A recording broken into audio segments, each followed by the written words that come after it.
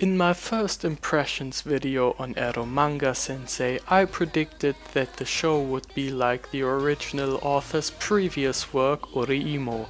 Turns out I was completely wrong. Spoilers ahead.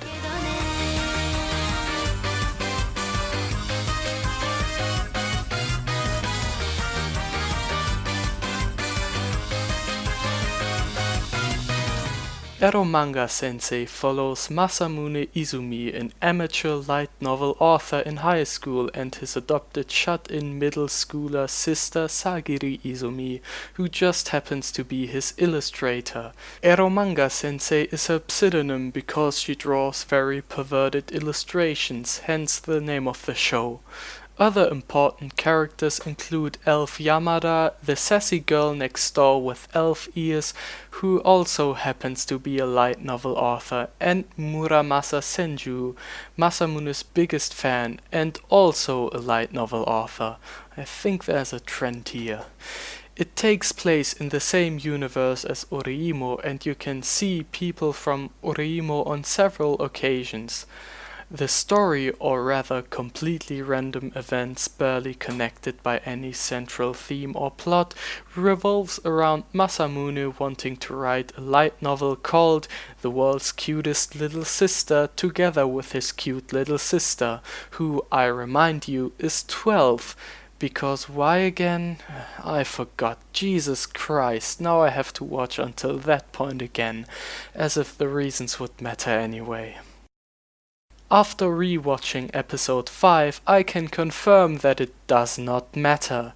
Episode 1 to 4 only serve to establish some of the characters. Eromanga Sensei puts every other anime of its kind to shame by having not just one but technically 2 beach episodes, both of them, like many other beach episodes, lazy and bad.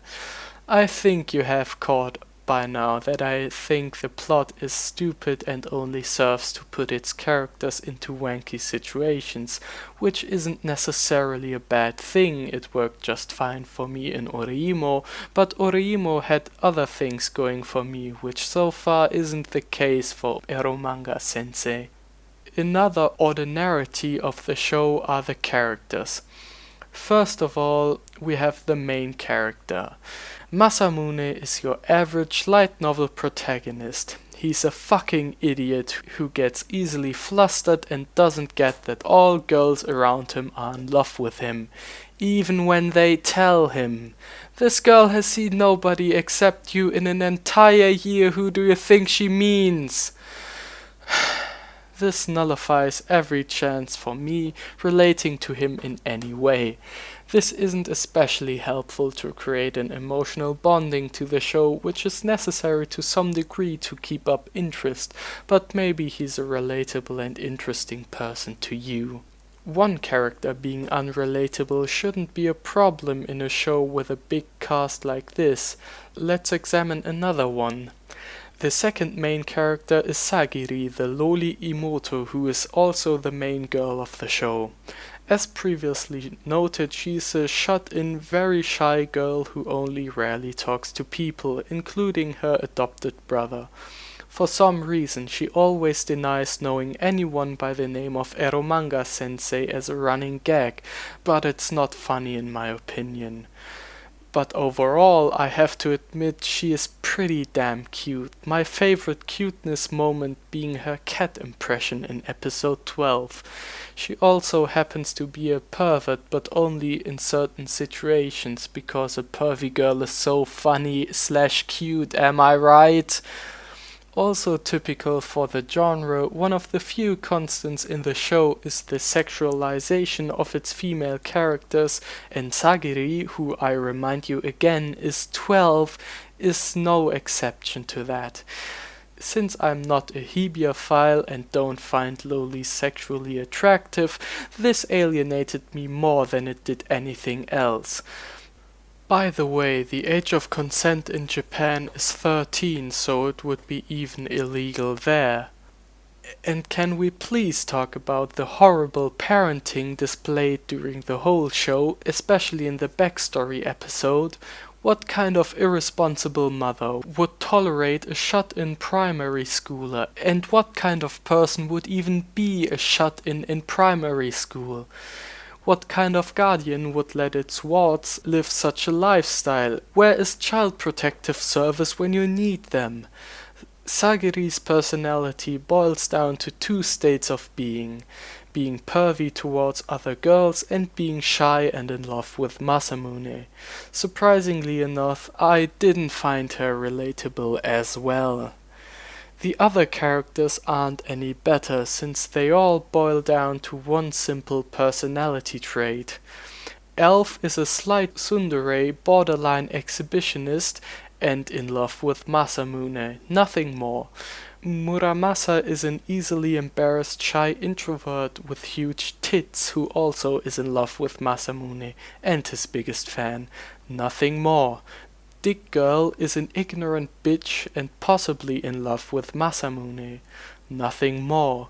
Weird guy who appears out of the middle of nowhere and starts hanging out with the characters doesn't even have a single distinctive personality trait.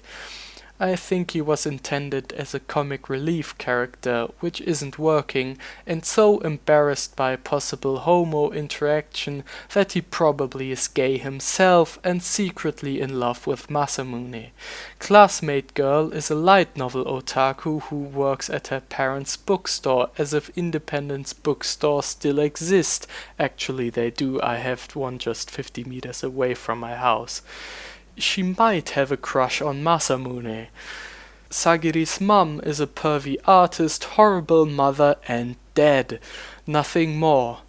Masamune's dad is also dead and voiced by Yuichi Nakamura, one of my favorite voice actors, who also voiced Kyosuke in Oreimo, which I found pretty weird since Kyosuke appears in the show. Is Masamune's dad Kyosuke in disguise? Is Kirino his mother? I think the pattern here is clear.